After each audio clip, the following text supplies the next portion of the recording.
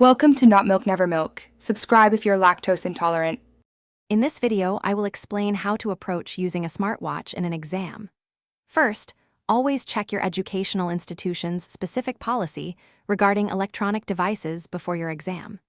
Many institutions strictly prohibit smartwatches, considering them a potential source of unfair advantage.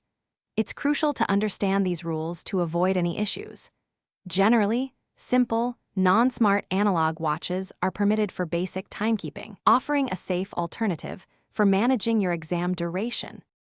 If your institution does permit smartwatches, it's usually under very strict conditions. You must ensure your device is in airplane mode, with all notifications completely disabled and only used for basic timekeeping. Any advanced features or communication capabilities must be inaccessible. Always confirm with your invigilator before the exam begins what specific functions, if any, are allowed. Adhering to these guidelines is essential to prevent any misunderstandings or accusations of misconduct.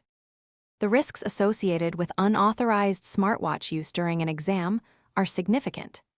Even an accidental notification or a perceived glance at your wrist could be misinterpreted as academic misconduct, leading to severe penalties such as failing the exam or even suspension.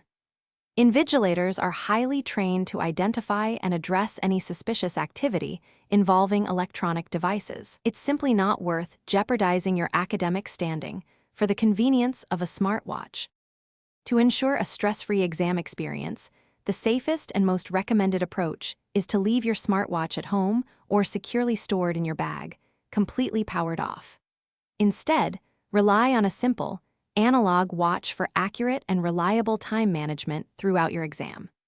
This allows you to focus entirely on answering questions without the added distraction or potential risk associated with electronic devices. Prioritize your academic integrity above all else. Thanks for watching. If this was helpful, leave a like and consider subscribing. See you next time.